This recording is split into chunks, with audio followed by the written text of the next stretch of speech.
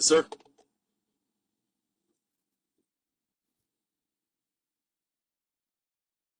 Works like it's supposed to. Acknowledge it. Uh-huh. Come on. There we go. Beautiful. All right. What is going on, you guys? Welcome to another episode of the Strain Forward Podcast. Today's guest, his name is Stephen Shelby. How do you say your middle name? Kekoa? Kekoa. Kekoa. So Stephen Kekoa Shelby. Yeah. I met him in the restaurant where I work currently, and everyone was talking about how he was The Rock's stunt double, and I was like, all right, hold on. I definitely got to chat about this with him. And he was gracious enough to share his story while I was there at the restaurant, and now is willing enough to come onto the podcast. And aside from that really cool fact and very fun part of his life, he's also very well versed in supplementing and like helping men really optimize their hormones and some really cool stuff. So today we're going to dive into all of that as much as we can. He's got about 50 minutes left on his drive, and so we're gonna have some fun. So, dude, let's do this to fire away. Why don't you tell us a little bit about your journey into the film industry, right? How you became the Rock stunt double, because that's a pretty cool story, and just the journey within that. And so before this, you were telling me like you got to learn to love the word no in the industry. You get rejection a lot, but you've obviously had some successes too. So, man, I would love for you to just fire away and share that with people. Yeah, brother. So, what's going on, Kyle? Thank you so much for allowing me to be on here with you, dude. I really appreciate it, man. So, a little bit about myself. I spent about 10 years in the Army and 8 years in law enforcement. And, when I was in law enforcement, I was born and raised. I was born in Hawaii. Went to Ohio and my family there, and decided to become an officer in Ohio. So that was also where I was in the National Guard when I left. Actually, I went to the National Guard and did the rest of my Yeah. time in Ohio. But while I was in Ohio, I became a deputy sheriff there. And while the deputy, I decided to enter into a competition show called the Titan Nice. Games. Titan Games used to be, it was like American Gladiator and American Ninja Warrior amplified, like times 10. And super, super sweet game show, but it was hosted Hmm. by The Rock. They reached out to me, his full time, his cousin, normal stunt double, Tanawai, really solid dude, reached out to me a year before to come work with him on another project. I couldn't do it. There was a lot of scheduling situations, but this time he was like, we're going to get you on a TV show called The Titan Games. And that is when I got to meet The Rock. I was on The Very Titan cool. Games. And while I was there, um, there was a producer who told me, he said, a closed mouth doesn't get fed. That's always been my lifeline for the rest of my life. As a closed mouth doesn't get fed. And what that means is if you want something in life, you have got to tell people you want it. You've got to go Yeah. after it. No one can assume what you want. No one knows your dreams better than you. So while I was there, this guy named Drew, he asked me, he said, so why are you here? I said, I don't know, man. I just really love doing this. I like The Rock. He's a solid dude. I told him a little bit about my past, what this cousin hit me up in the past. He said, you know what, man? What do you want to do when you're here?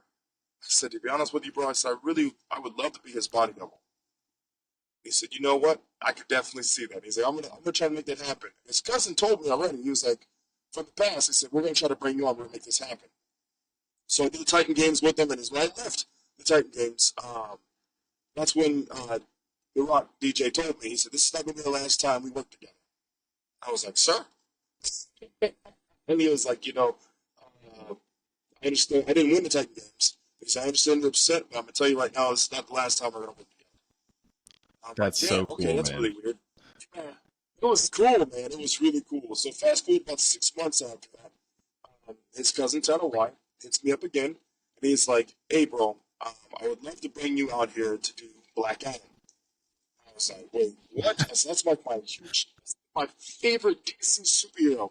I was like, "Black Adam. I would love to do that. That'd be freaking awesome." And he's like, "Yeah, just send me all your stuff, and then we'll bring you out." I sent him all my stuff, and like 2 months later, I'm on a flight from Ohio to Georgia to go film Black Let's, Adam. I was on Black Adam the entire let's run. go. And it was such a humbling and dope experience, bro. I got to meet amazing guys like Chris Brewster, who actually brought me fully into the industry. Chris Brewster was Captain America's old stunt Oh, double, really? and he did also all yeah. This dude, he is the definition of Really? badass. Like he is dope, bro. Yeah, yeah. Brewster is he's such a solid dude, and he's the one that brought me into the fold. Him and a guy named Tommy Okay. Harper. Tommy Harper, another old school stunt coordinator, another solid dude. Uh, the three of them, Tanner White, Chris Brewster, Tommy Harper, they all decided that it would be best that I would fit the mold to be brought into what they call the stunt Yeah. industry as a stunt performer. So when Black Adam wrapped and it was done, at the time I was still a police officer too. But when Black Adam wrapped and it was done, I went back home to Ohio, and I knew I was Yeah. done. I knew that I couldn't Yeah. come back. As much as I loved being a cop, and I was a cop in Columbus, Ohio for 8 years, um, that door closed. And what I mean by accepting the word no, when I was a deputy sheriff in Columbus, Ohio, I interviewed to be a dare officer 8 times. Or 9 times. 9 times in 8 years. I interviewed to be a dare Wow. officer. I was told all 9 times that I didn't have what it takes. I was told all 9 times that I couldn't offer the What was work. the reasoning there? So I left. There was none. They just said that they didn't see anything in me. Hmm. So 9 times I interviewed. 9 times I had that Okay. door shut on me. 9 times. And then someone who did not know me gambled on me. You know, they took a bet on me, and that's when I found out when I was there that I wasn't meant to connect with the community, but to connect with the world. Oh, I love that, Um, dude. Yeah, let's go. so you know, you kind of listen to your inner voice, and there was when I came back from Black Adam, I said, you know what, I think I'm Yeah. done. I talked to my sergeant, I talked to my old major, and I turned in my gun and my badge, and I remember a sigh of relief, but also sadness too, because I knew that I could never come back. Yeah, Like it was over. that door in my chapter is gone. I still talk to a lot of those Right. guys. It's over. You know, I loved those deputies. I loved the military. My entire adult life up until that point, I spent doing selfless service. You know, I was serving my country and my community. I deployed to Afghanistan, did all this stuff, you know, all these fun things, but now it was kind of time to just kind of change all Yeah. that. And since I've been in the film, it has been another category of a lot of no's. You know, after doing Black Adam, super high budgeted project, the very first project I booked after Black Adam was in the jail. It was super low budget, and it was not all sunshine and rainbows. Every set, it's Yeah. different. Uh, you know, you go from like a $500 million project to a $10 billion project. It's a night Yeah, and which day. is kind of crazy. Like But $10 million is still a lot of money, but it's vastly different in it that is industry. what happened just now.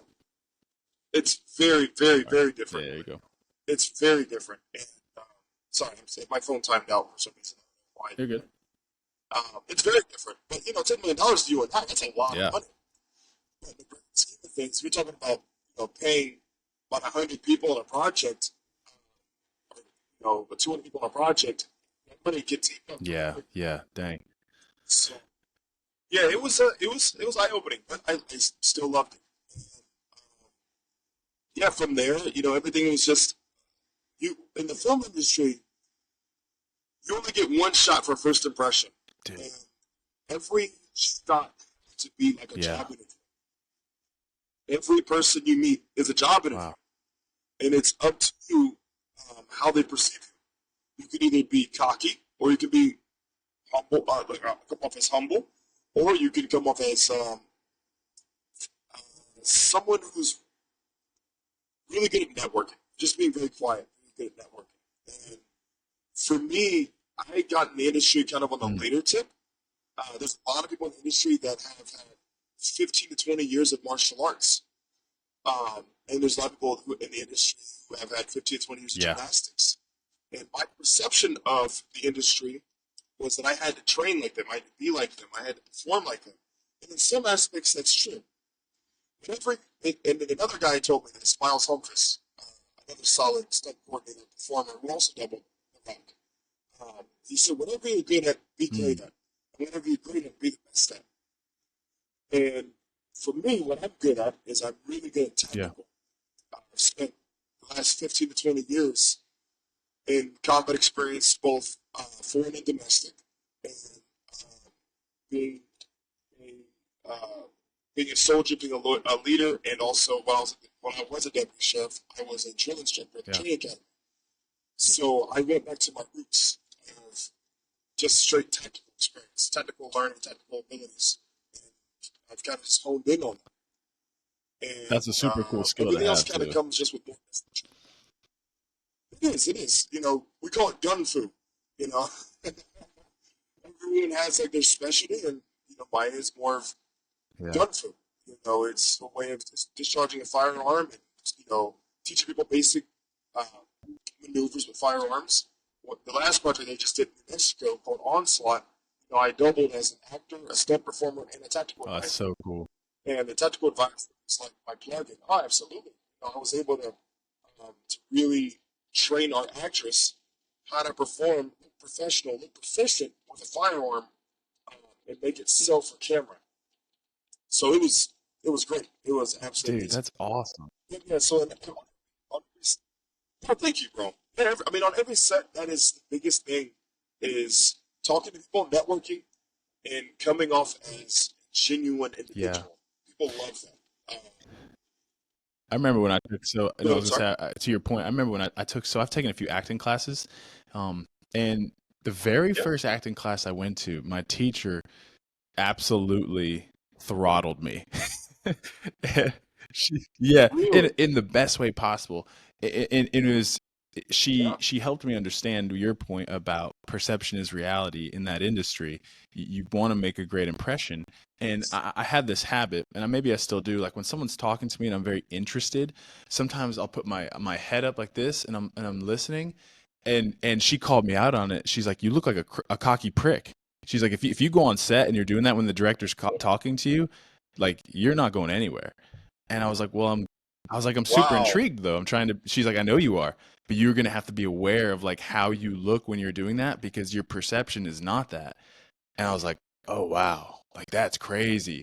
And so to your point, like you have to be very aware of just how you're interacting with people and your mannerisms and your facial expressions and like there's a whole skill in that too, apparently. Oh, there is. I mean, body perception is everything. When I was a deputy sheriff and I was assigned in corrections, and I spent many, many years in corrections. It's the first assignment all deputies go to an old agency. The best thing they told you was verbal judo.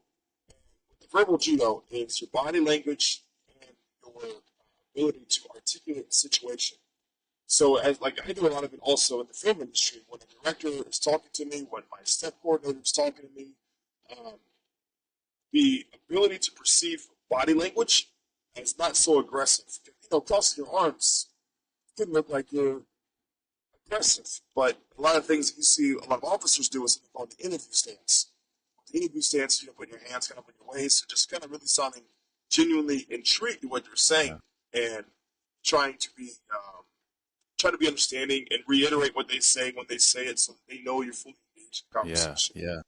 Uh, that was like the biggest thing I kind of picked up in law enforcement that kind of can transfer non on camera um, in That's film.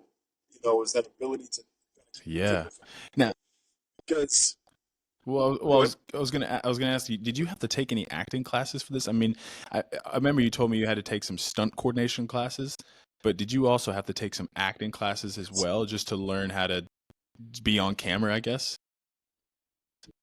Absolutely. So, yeah, I did take acting classes. I took acting classes. I'm still taking acting classes now. I took a course for about 6 months. Um, and then I slowed down a little bit. And I'm going to enroll back in the class for like another 3 month course. It's good to learn to act because even in stunts, you're still telling Hmm. stories. The thing about a stunt performer is you're telling a story with your body.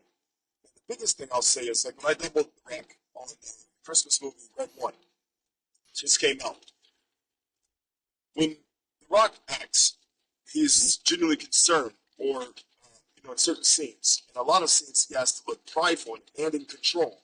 So how this kind of transfers into stunts is there was a piece of the film where scene after Santa Claus gets kidnapped, and I have to ride a wire to land on Yeah. something. Now, when I rode a wire, I double baby Batista on Guardians of the Galaxy. When I rode that wire for Batista, I had to play a victim. I was getting injured. When I was riding as The Rock, I had to play as a Mm. hero, like I was in control. So there's different ways to kind of ride it. There's riding the wire, and there's fighting the wire. And when you're fighting the wire, you're in control, and you need to fight it like a superhero when you're landing to your course, as opposed to fighting it like you're vulnerable, like you're taking explosion. It's different ways. And how you perform that action as a stunt performer is supposed to duplicate what the actor needs to look like on the Right. next scene. So, the scene where while I was Dave Batista, going nowhere, Guardians 3, gravitational pull or gravitational shift, and then just gravity like hit the ground. Cuts to Dave, and he's like, "Oh shit!" You know what I mean? Like he's hurt. And then fast forward to Red One, where I'm running and chasing Santa Claus, and I jump from the explosion, and I land on it's on like a bear cat or something. I land on like a Yeah. snowmobile, and it looks strong because the next scene cuts over to The Rock. He looks strong getting up. So understanding acting to stunts, you have to know what the actor's going to look like in the very Yeah. next scene. If he's going to look like a hero or look like a victim. Right. Right. It's a good job to kind of Yeah, that's fascinating. I think it's easy to think that as a stunt guy, you just perform the stunt and that's it. Like you don't really need to think of anything else. But in reality, like you have to actually understand the story and the character and to your point, play the role in the air through the stunt, which I imagine is probably really challenging to learn how to do because not only are you trying to focus on the stunt and not getting hurt and doing it right, but also playing a character, which is kind of crazy.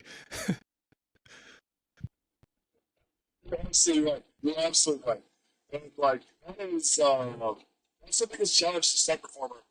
And that's one thing. Like a lot of performers, like at the end of the day, we get the sides. Like we get like a script for the day, what we're going to be doing that day. And as a performer, what makes a really good performer, a great performer, is reading the sides, reading the script, and knowing what the scene is looking for, and then playing to that script. So there's another scene, with the rap where I'm fighting against Krampus to get the shit snapped Oh, out dude, of I him. loved that scene. And Dude, that scene was hilarious. Yo.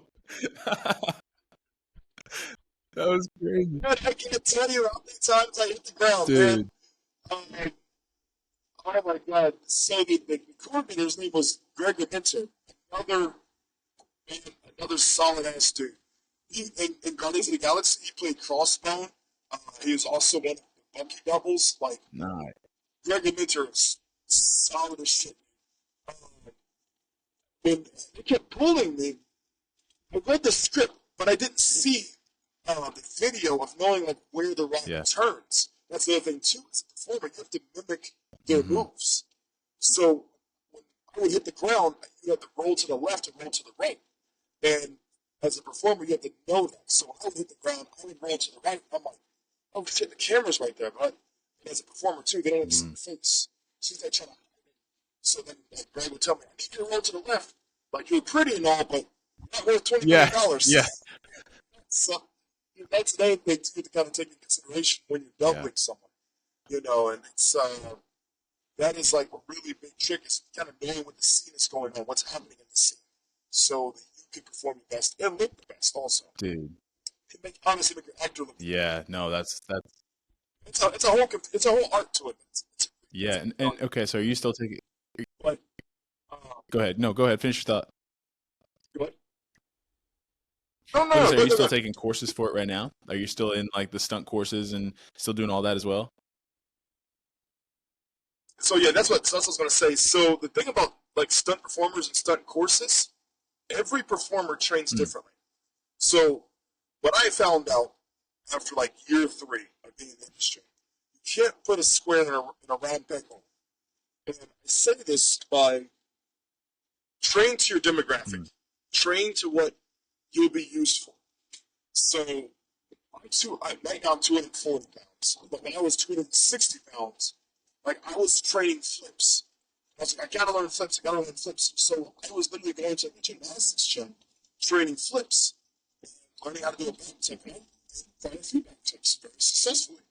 And that's when I had another performer come to me and was like, listen, you are 6'2", 260 pounds. I'm never going to hire you to do a backflip on my camera. I said, damn, you're absolutely right. And he said, I want you to train more to your demographic. Yeah. Like, look and Google guys like The Rock or like Batista. I dealt with another guy named Jinder Mahal. Raj Tassim, he's another wrestler for WWE. Well, he used to be WWE now. Now he's with the Canadian Wrestling League. And he's like, watch how these guys move. Watch the characters that Right. they work. The characters that they do. He said, you need to train like them. He said, they're never going to hire you to do that, but they'll hire you to be the guy to throw a girl over a counter. They'll hire you to throw somebody through a wall, which I've done that. So he's like, you need to train that demographic. How you can fly someone, how you can throw someone safely and get them there, but make it look aggressively. That's where the acting is kind of coming in. Whether you're doubling someone or if you're just playing what they call an NB, a nondescript role, just like Goon number 15, being the guy that just gets beat up. Like in Black Widow, which she does like the neck twirl and Yep. throws it in the Yeah. hallway. That's a stunt performance. You know what I mean? Which, by the way, Mighty Moneymaker was her stunt double. Another dope-ass performer. I went for her on Thunderbolts and Guardians of the Galaxy. Like, I was about to say, yeah, dude, that was crazy. That part is insane. dude, you want to talk about, like, that's why the people that I look at and I look up to in the industry, these are all high-level people. Like, Chris Brewster was a NASCAR competitive martial artist. Heidi Moneymaker, she did gymnastics, collegiate gymnastics, in California, like level 10 or 12, like above, like, you know what I mean? So these are the guys that I looked at and I was watching how they were performing, and that's what this performer was like. Listen, like having them as your pinnacle, as guys that your motivation and inspiration are great, but you need to have another different kind of realistic approach, and that's what I mean by here it go, because like there are projects that I'll never work on, just because of my demographic. I would never work on the project Till. The movie Till that came up with Yep. Till. I didn't fit the demographic. You know what I mean? There are projects that when Mayor of Kingstown was like doing more Aryan Brotherhood vignette, I wouldn't work that. Right. You know what I mean? You have to understand the demographic in the industry of what to apply for and what not to apply for. And if there's a martial arts movie, I probably won't get that gig. But if it's like Extraction or Terminalist, or SEAL Team, those are the jobs that I can apply for. I can rappel, I can scuba dive, I can do anything but skydive. That's not someone else. Wait, so have you just never learned it, or does it kind of scare you to jump out of planes? No, I just never learned it, to be honest with you. I'm afraid of heights. That was like a big thing in like Red 1. I was jumping off shipping containers, they were stacked to the wazoo, because everything was blue screen. I was just jumping off these containers on a D-cell or whatever other one, you know what I mean? So I'm not afraid of heights. That is so cool.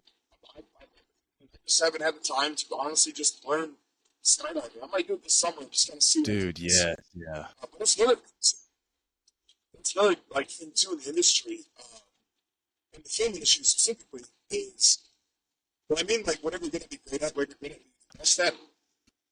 If you're still learning something in the industry, like learning kicks or learning how to punch, or learning just how to do a flip, you don't want to tell a coordinator that you can do that efficiently, because there are some times But I just did a project in New Mexico. They made me perform the same skill 15 times, and then the director just wanted different angles. He wanted different emotions. He wanted different looks. And that's fine. So if you tell a performer, you tell a coordinator or a director, you can do this, you gotta sure shit be able Yeah. to. Yeah. No. Well, Like, so that was actually, it's, so I have two follow-up questions to that. One, so it sounds like yeah, you apply for jobs you want, or do they recruit you? Is that how that works? Both. Okay. both. It can happen both ways, yes. Okay. And So, no, no, you're go ahead, I'm good. sorry. Finish that thought because I'm curious about how that works. Well, so like, yeah, if you, we have different stuff like contact abilities, different websites that like stunt performers are on, kind of Right. like IMDb. And directors and coordinators, you'll get a compilation of performers, and they'll say, I know that all these people can do this task. I know that all these people are good at this. Now show me the white guys that can do this. Show me the black guys that can do this. Show me the island Right. guys that can do this. Okay, now they have one of each demographic because you can't have like a military movie with all white guys or all black guys. That's just like the time Right. period. I mean, like 6 888 was like all black females, obviously. But, Hey, well, so, it's 2025, bro. I don't know. You can.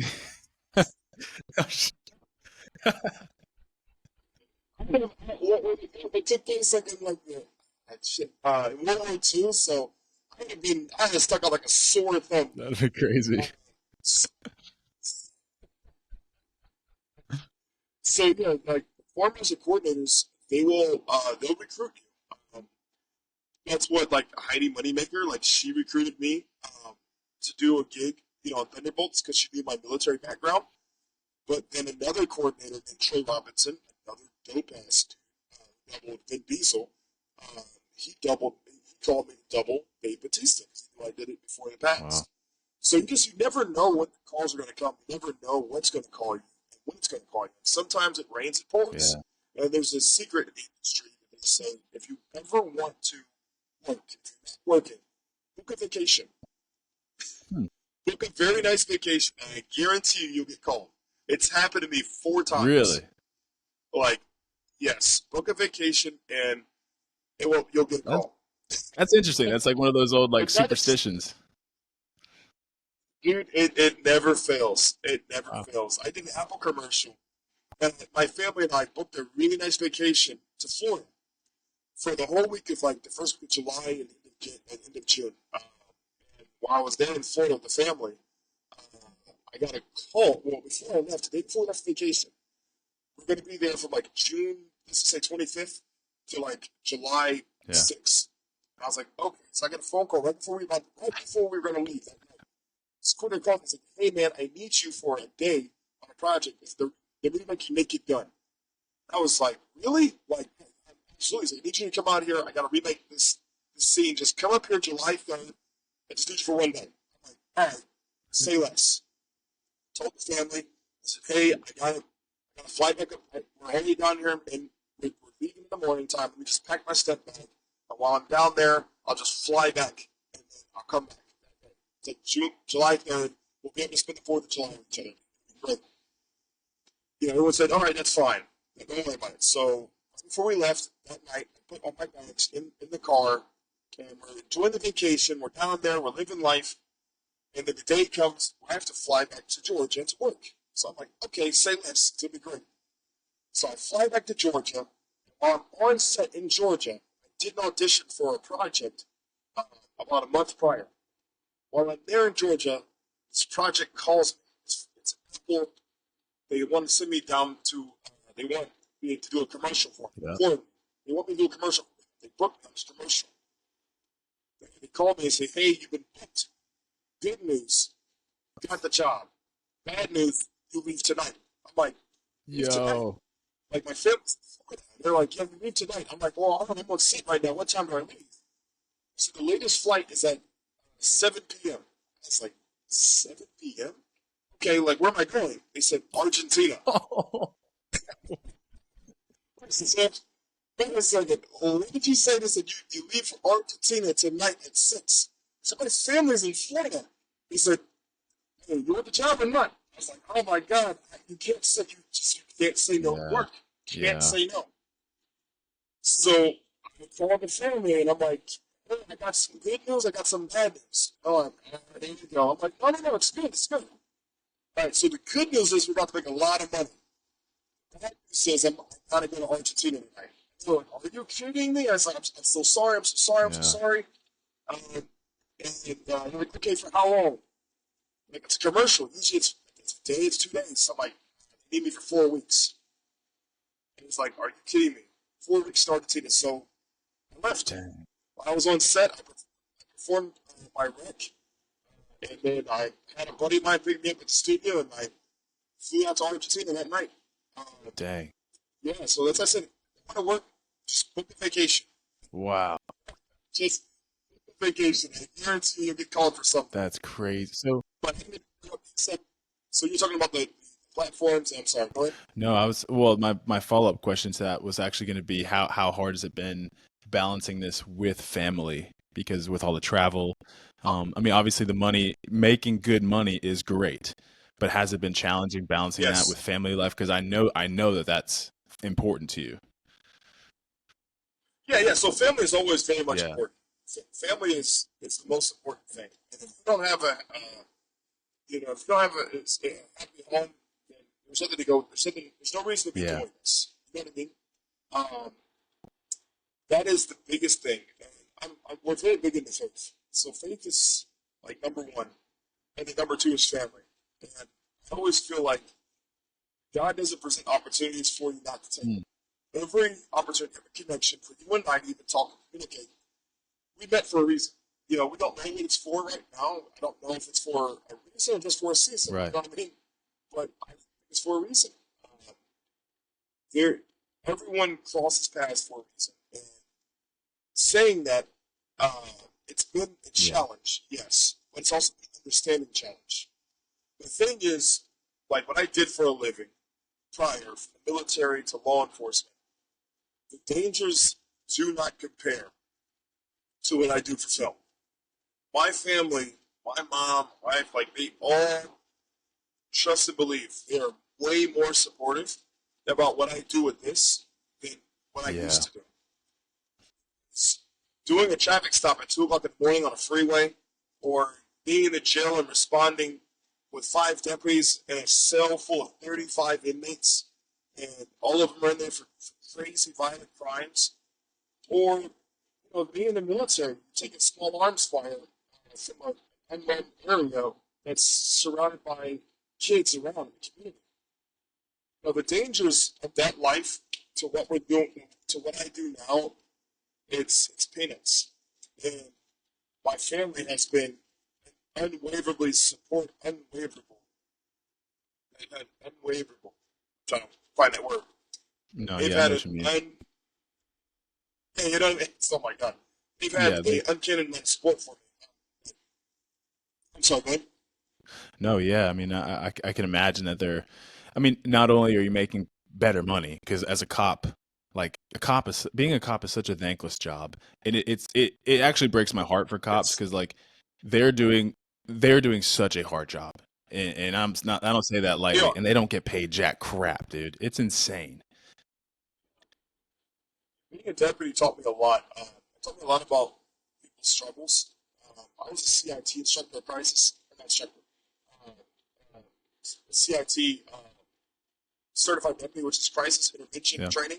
Like I went through crisis training and stuff. Was able to talk to inmates, talk to people that were dealing with crisis situations. No one ever calls the cops just to say, "Hey, how's your day going?" Every person you're talking to, when you're responding to a call like someone's daughter died, oh, SIDS, responding to a call to armed robbery, to responding to a call of a tire change, changing someone's tire. You have to really compartmentalize your yeah, emotions. And there would be times I would come home and I would just be a zombie.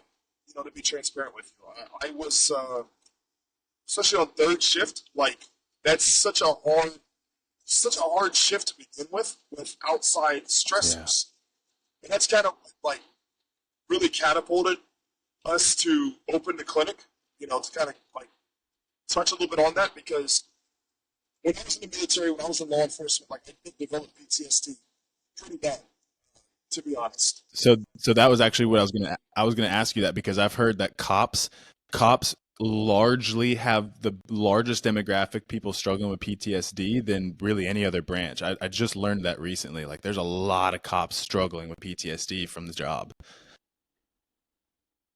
Yeah, and I hate to say this, but I walked away from law enforcement in 2020. Um, the protests and the conflict between law enforcement and the community kind of weighed down on me.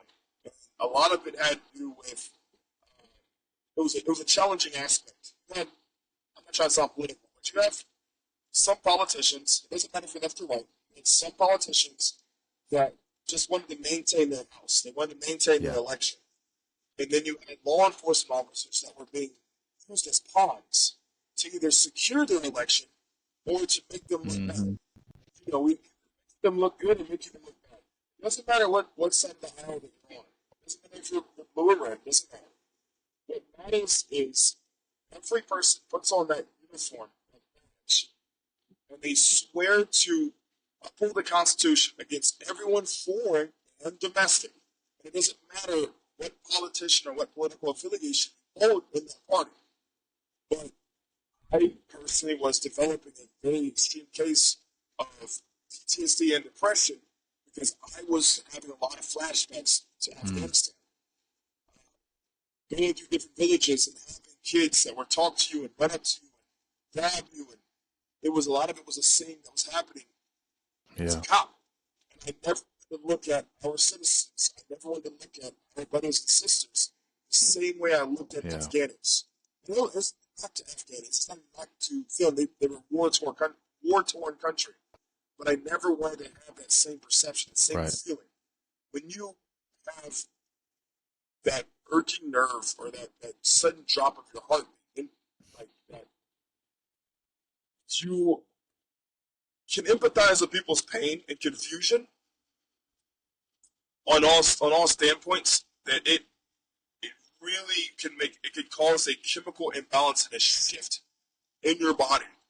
And that's kind of where like my wife knows about like how dopamine and how the pituitary gland and the adrenaline gland and how all the adrenal glands work. That's kind of why we decided to spearhead the Right. clinic because I talk uh, we do a lot of stuff with local law enforcement here in Georgia, but also the military units now, the National Guard units down in Georgia as well.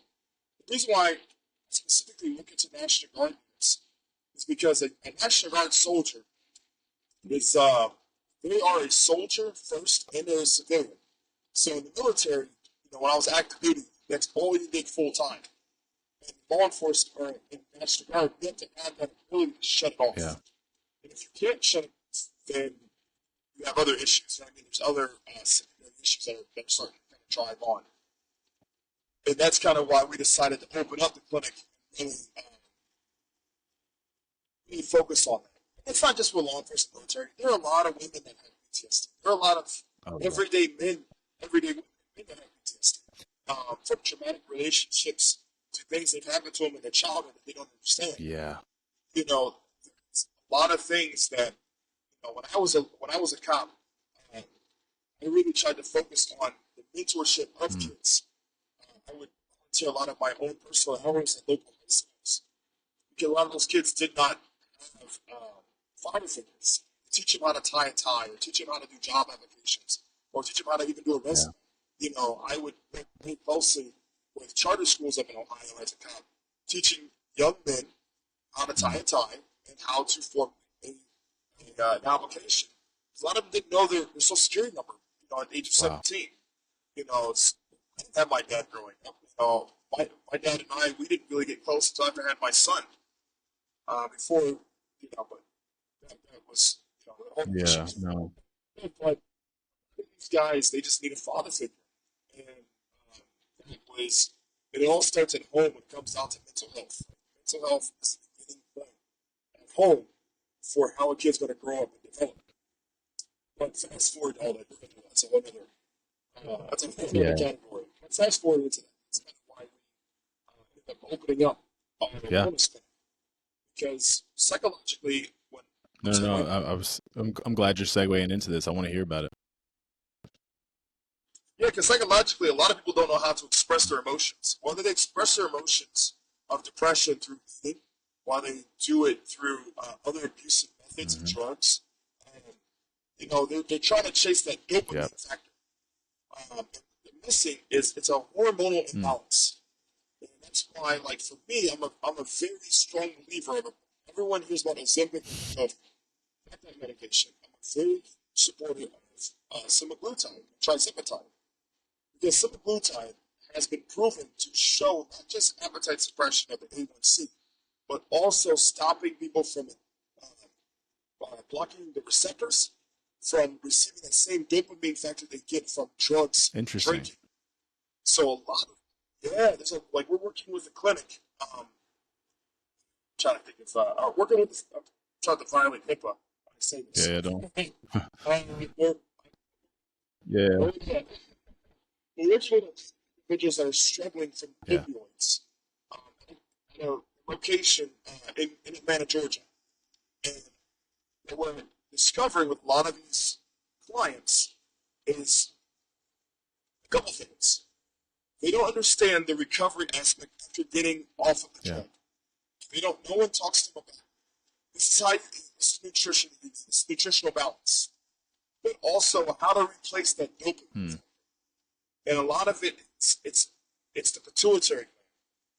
Giving clients, us giving our clients testosterone replacement therapy, both in men and women, we've seen a spike in less brain fog, less fatigue, uh, less depression, and more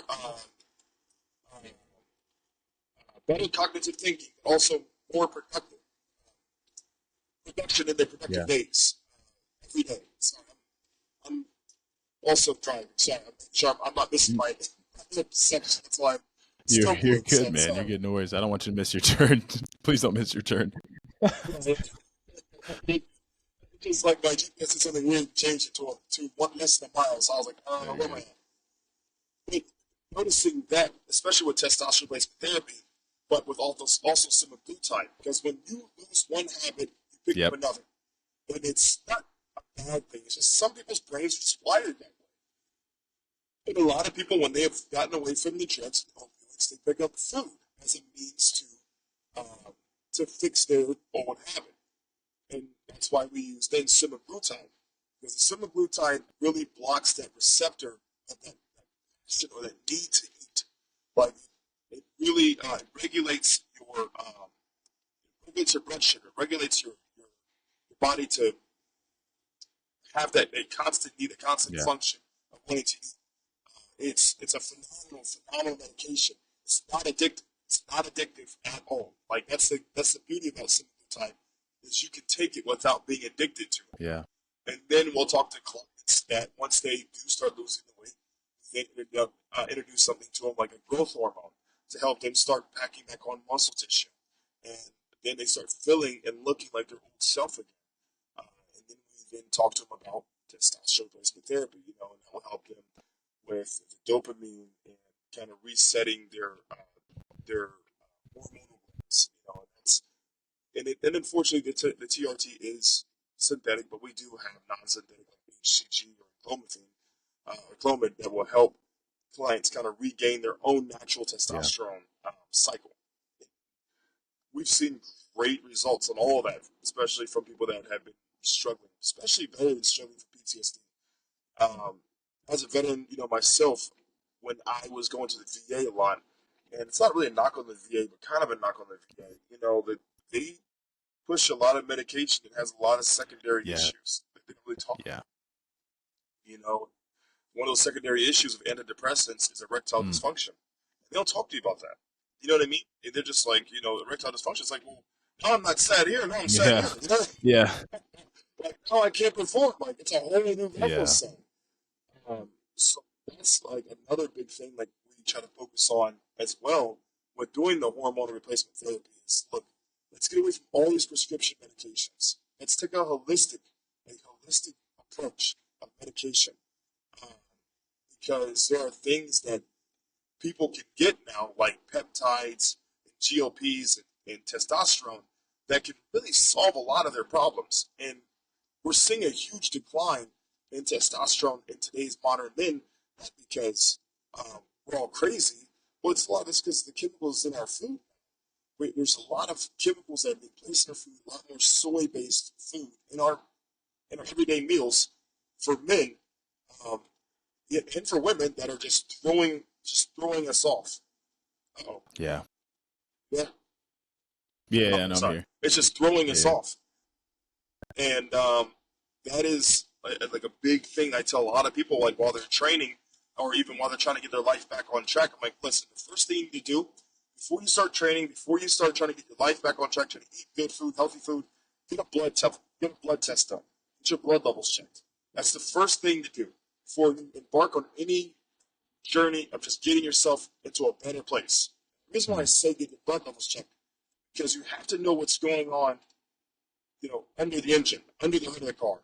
Yeah. You can't just keep, you can't take your car out of the garage. You've been trying to refurbish and change, and just say, you know what? I'm just going to take it on a 50-mile drive, or I'm going to take it cross country without being an oil change. You know what I mean? Without checking the oil, checking the fluid. You have to know that stuff. And as trainers, like I'm also a medicine trainer. So I used to train. I'm training. I started getting more passionate than my clients. But as a trainer, like that's one thing I tell a lot of trainers, to really dive deep into is getting the clients to understand what's going on in their body first.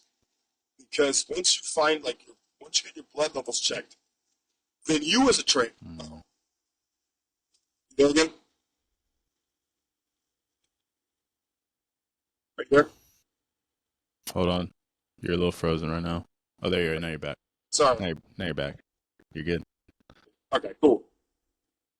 So you as a trainer, like you know where the baseline needs to be to get your clients to where they want to go. Right. Because not everything is the same. Not every person's body is the same, and that is that's that's the biggest thing that I try to push when I talk to trainers and talk to other clients that are looking to try to achieve their goal.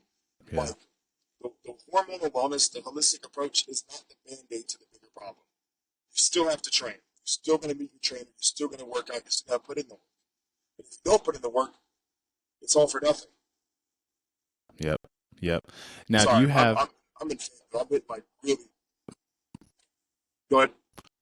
No, you're good. No worries. What's great about this too is it'll record locally, so it won't even show these glitches, which Okay. is really nice. So no issue there. Amazing. Um, Okay. do you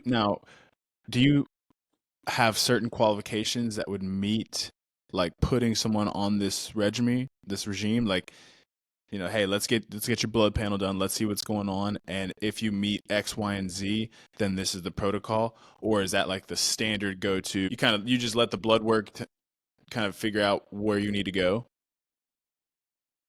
Yes. So I have a team of two doctors. One's my business partner. The other one, she's an associate doctor. And then I have a team of three nurse practitioners and a clinical director, as well as a couple of MAs that work for me. And what we do when we look at lab work, every person's lab work is individual. Every person's lab work is Yeah. different. Every client, when they are ready to start or go over uh, regimen, they all meet with one of the providers. They meet with someone with letters behind their name.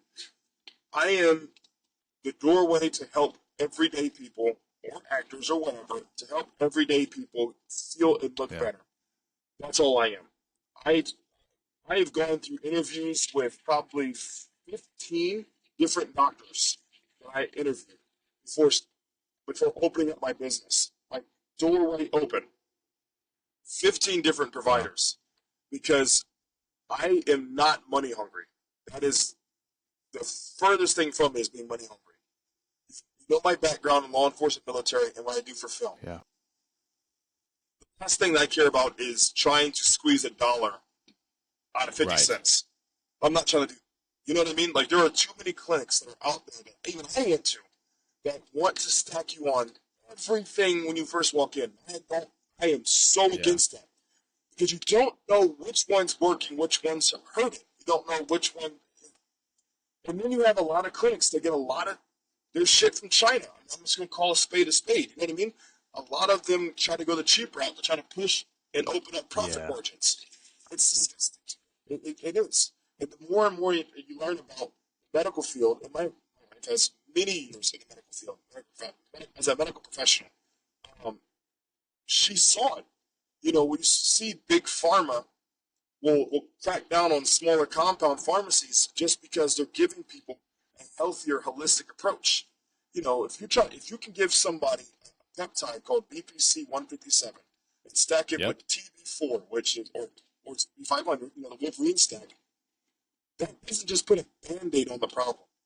It helps your body regenerate, rejuvenate new muscle tissue, and repair inflammation and irritation, inflammation, irritation.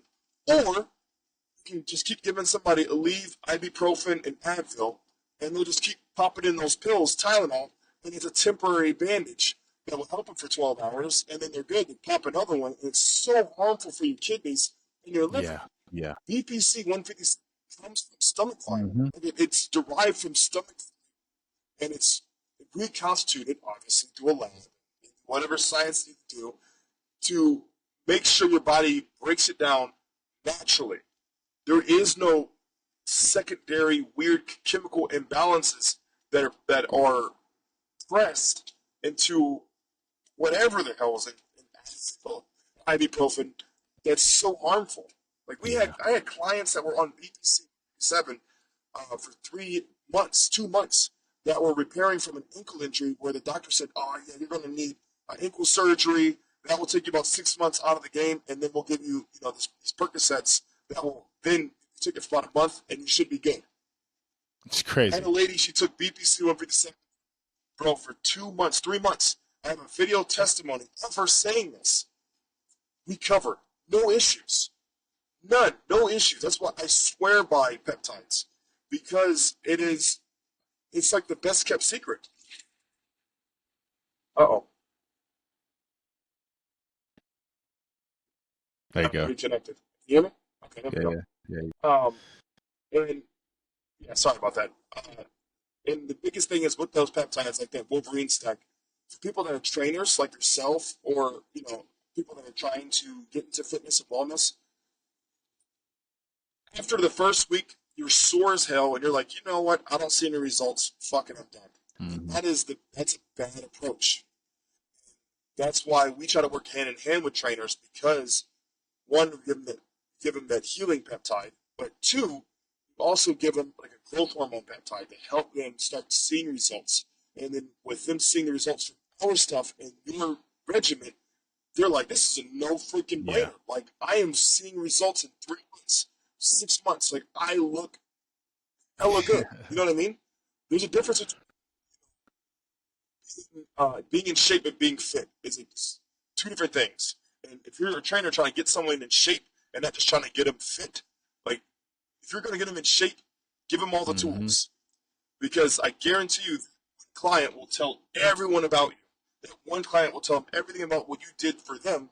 And then with my clinic, I am again okay with saying no. I've had young adults, young 20-year-olds have approached me and have asked me for different things. I'm like, yeah, no, you don't need Yeah. it. It's not anything personal. It's just your body's new. You know what I Yeah. mean? Like as you get older, that's when things kind of change. Yeah. Yeah. Yeah. For you, Yeah, I'm sorry. That good. I was just say, yeah, for a young man coming in their 20s, I mean, if they're healthy, like a healthy 20-year-old, they don't need to be on anything. If they want to be on anything, they're just like they just want to get on some roids to get all jacked for the gym, but like you don't need that for sure. No, and you don't. And that's another thing too with the people that get their testosterone from the backdoor source or from the homie. You know, I try to explain to them like you don't know what you're getting. And that's the thing. Another thing I tell people that get like their peptides from like peptide science or blue sky peptides or amino peptides or whatever. Yeah. Like, like they all say first they all say research chemicals. Like they don't come from FDA registered labs as you do when you get from a physician or from a provider. They come from those come from actual compound pharmacies and labs. Going to peptide science and going to like these other peptide sites, I don't understand. Like, would you really inject something in your body that you bought online? You know what I mean? That everyone can Yeah. buy. Like that's the scary part. Like we've done blood panels on people that have done that, and it comes back with weird chemicals in their body. And I'm like, and one of the chemicals that was being sold to someone from like it's called CJC, which is a growth hormone. Um, it conflicted with the COVID shot. So they bought this peptide from online in their COVID shot. They conflicted with each other. And I'm not knocking the COVID shot. I'm just saying like whatever the hell it is they bought on this peptide science site or peptide online site, you have no idea. You literally take a gamble in the dark, hoping the label says what it says. It says. Yeah. You know what I mean? Yeah. So that's my that's my 2 cents on that. I don't know why anybody would buy crap from online like that, but Some people really yeah, sorry. no. Some people get the mindset of like, well, F it, or not even F it. Some people get a rush from being like, well, let's see what happens, and they'll just inject it. They don't care, and they don't understand the ramifications of that. And then when they get older and they're like trying to actually have a healthy life and take care of themselves, they're still dealing with side effects from injecting this crazy stuff in their body. It's like, dude, you really have to think through this process. If you're gonna do anything with hormones and whatever, it needs to be quality. You need to have blood panels. You need to make sure someone's telling you, hey, this is what the protocol is, and if you do this smart and intelligently, it will work for you. Because it's a big decision. Yes. Well, the thing is too, what a lot of people have to do as well is if they go to these clinics, when you're going in there, and I'm not trying to throw shade at any clinics. If you go in there, ask them, what is your medical Mm. background? If they're giving you this free consultation or talking to you, ask them, what is your medical background? They tell you, I'm a MA or an LPN or an RN. Where's your certification? I want to see Mm. it. I just want to see it. That's it. I just want to see it because you want people to put their money where Yeah. their mouth is. If someone is going, just like an instructor, a personal trainer. If you are a personal trainer, if you're a mechanic, how can you be a mechanic if you've never driven a car? Like, Yeah. you know what I mean? Like, why would you go to someone who is a mechanic on who drives a Chevy but works on Right. Yeah. BMWs? You know, but you don't, or has never driven a BMW. I'm not saying you can be educated into things. Like, you don't have to learn. You don't have to be on hormones to know how hormones work. But you really need to understand personal life Yeah. experiences. Yeah. Like me, like I went to a clinic and I talked to a lady, or I talked to a guy who was in his mid 20s. I was a dad at the time. It was his mid 20s, and he was talking to me about my health and wellness. I was like, listen, man, like I asked you a question, like, do you have any kids or anything? No, I don't have any kids, but I'm telling you, like, this is what it needs to be. I'm like, listen, dude, your our life experiences are Mm. not the same. And I'm not saying like an open heart surgery doctor has to go through open heart surgery to know how it feels. No, no, no. But I do want to talk to someone that understands what Right. I'm going through, that really does understand. Like as a mom going through menopause or going as a baby, a women's body, their body changes. You can't. It's really hard for a woman in her mid to early 20s to talk to another woman who has three screaming babies at home and telling them like, oh yeah, like yeah, we'll look at your levels and we'll tell you what your levels are dealing with, but like really trying to get that Yeah. personal care. Like personal care is very important. Yeah. And that's kind of why clinic, like I really was very selective in people that I chose to Mm. represent my clinic. I have a lot of moms. I have some dads. I have some people that have competed, and I have people that aren't just in the film Mm. industry. They do also everyday lives, have everyday jobs, um, and I want them to be a good representation because I know those kind of people aren't just going to sell Right. juice. Like they're going to figure out what's best for you because those kind of people have lived lives and they understand wanting to just live a better life. 100%. Yeah. Damn it. Yeah. There's nothing that will replace life experience, and being able to No, bring that into your care is really invaluable. Like, yeah, and no, go I ahead. I'm was just sorry. gonna say it just levels the playing field when you're talking to someone like, hey, I understand where you're at. Like, I've gone through X, Y, and Z. Yes, yes, You know. yeah, and like you don't have to be a 300-pound trainer that lost 200 pounds to be a good trainer. That's not what Right. I'm saying at all. Like I just when you're talking about clinical stuff, like I have been to a lot of clinics, and I'm telling you right now, out of 100%, I'd say about 80% of them are Jeez, man. BS. They really because it's such and it's such a money pit. It's such a downfall, and that's why you have to ask them. Like when you go in there, and if people are consulting with you and they're not doing the right levels on your blood checks on you, every 3 to 6 months, and you're just a factory in there. You know what I mean? Like that's what a lot of these clinics have just become a Yeah. factory, and that's why they've received such bad names. Like at my clinic, we specialize in individualizing different TRT blends for each Wow. client. And I know this is a fact from 80% of clinics. They just prescribe sip and people leave. Take a shot and leave. Bro, I'm telling you, because I was one of them. And I was like, when I ever open one of these, I told my wife, when we ever open one of these and attach ourselves to one of these clinics, we open our own clinic, we will not be Yeah. like anyone else No, that's awesome, dude. because it's a money Yeah. factory. Yeah, dude, it's a money factory. It's crazy. When I talk to other clinics about different blends and different things, like, oh, that's too hard, it's too complicated. I'm like, too complicated? Everyone's hormones are Yeah, like, different. that's what you signed up for. Like, that's how it's Yes, supposed to be. Like, that's crazy. that's Jeez, man. yeah. We have a client who changes his blend almost every 3 months. He gets a different blend. He's like, hey, I'm putting on weight now. Let me cut this down. Let me lose weight here. Okay, hey, I got some joint inflammation. Let me change it to this blend. So it's always his blend specifically is always Wow. changing. Wow. And he That's looks great. awesome, man. But I'm gonna have to go, Kyle. I'm so sorry. I Well, I was just gonna got say, here. yeah, I know you just arrived, so I definitely don't want to make you late. So I appreciate your time, dude, and this was Yes, sir. definitely awesome. We'll Absolutely, brother. I'd love to do another one with you sometime, Yes. and good luck to you. And Yeah. Oh, I'll send you some clips or something, man. If you want to try to get some clips of a little bit about my background as far as film, I'll see something called a stunt reel. I'll text it to you, and you can do oh, what that'd you be wish on sick. it. Yeah, If definitely you send that over. use it, Heck yeah, yeah, I got you, brother. I'll cool, send it to bro. you. All right, well, let's stay in touch, man, and enjoy the All right. rest of your day, man. Hope everything goes Absolutely. well. You too, Kyle. Have a wonderful All day, right, bro. bro.